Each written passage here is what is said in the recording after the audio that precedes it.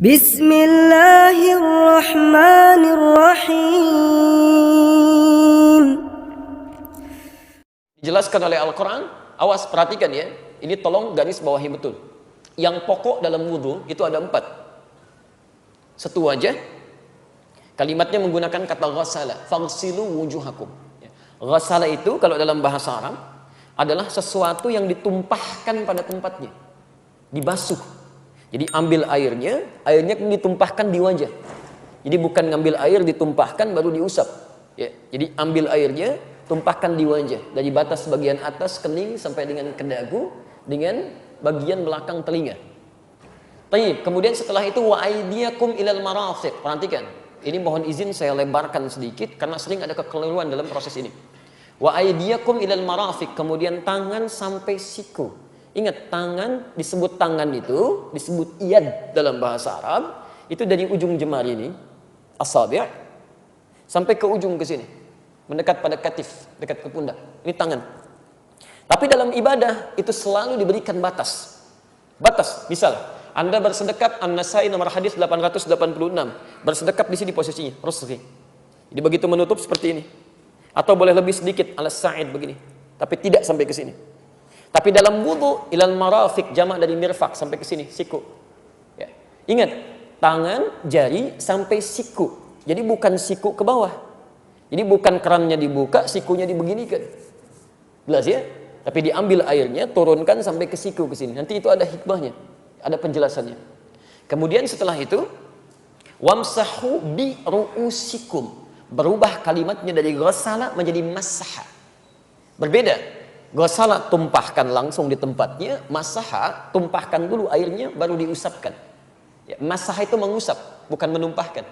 Ya, yang diusapnya disebut masih. Nabi Isa punya gelar Al-Masih, Al-Masih, karena di antara mukjizatnya bisa mengusap sesuatu dengan izin Allah penyakit bisa sembuh. Jelas ya? Tayyib. Dan yang diusap itu apa? Bukan rambut, tapi ru'us. Jamak dari kata ra'sun, kepala. Di sini keadilan Allah Subhanahu wa taala. Kalau yang diusap rambut, yang tidak punya rambut nanti persoalan. Ya. Maka di sini diartikan dengan tidak ada penafsiran. Ya. Jadi semua ulama nggak ada penafsiran. Yang dibasuh itu kepalanya sehingga meresap ke dalamnya.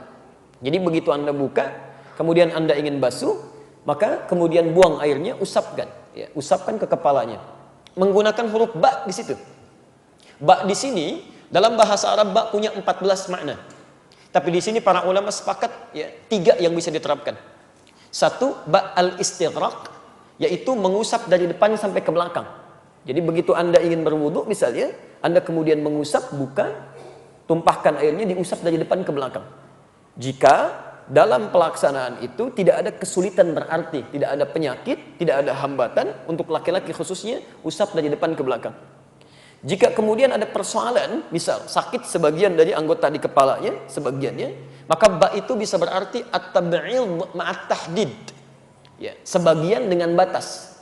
Batasnya kata para ulama itu sampai di ubun-ubun di sini.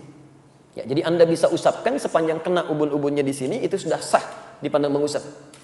Dan yang terakhir, bagaimana jika di ubun-ubun pun ada persoalan? Maka ba di sini berfungsi sebagai at-tab'id min duni tahdid. Ya, mengusap tanpa ada batas sepanjang disebut bagian dari kepala. Dan kenapa hikmahnya menggunakan huruf ba? Karena Masya Allah, Allah lebih mengerti situasi kita, karena tidak setiap orang bisa mengusap secara sempurna. Ada perempuan yang mungkin menggunakan hijabnya dalam suasana di tempat tertentu nggak bisa dibuka. Ibu boleh ambil air di sini, kemudian usapkan sebagian kepala, itu sudah sah. Antum ada persoalan luka misalnya tertentu, kemudian usap sebagiannya, itu sudah sah wudunya. Dan jangan merasa tidak sempurna, karena syariat menetapkan itu. Yang keliru, walaupun dia sehat, tapi tidak mengusap kepala, cuma rambutnya aja. Sudah sisir, sudah bagus, minyaknya banyak, luar biasa, gitu kan? Gak mau berubah tampilan rambutnya, tiba-tiba utak, gitu kan? Selesai. Nah, kemudian tiba-tiba tunaikan sholat, itu tidak tepat. Yang terakhir, ya kemudian wa arjulakum ilal ka'bain, kembali membasuh, bukan mengusap, membasuh kaki sampai dengan ke mata kakinya. Itu yang pokok yang 4. Jadi selebihnya itu sunnah. Dan sunnah itu berpahala dikerjakan. Ya, berpahala. Jadi kalau Anda sempurnakan dari mulai berniatnya, kumur-kumurnya, istinsyaknya, sampai telinga, sampai ke ujungnya, pahalanya lebih banyak.